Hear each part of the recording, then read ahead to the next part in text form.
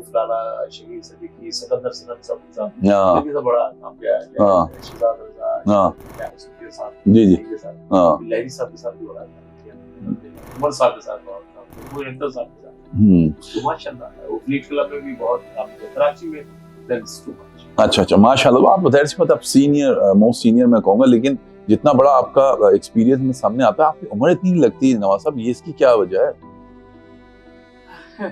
इसके पीछे मैं ये तो मैं कहूँगा कि दुआओं का बड़ा अमल रहता है। अच्छा एक तो कभी जिंदगी में सर क्योंकि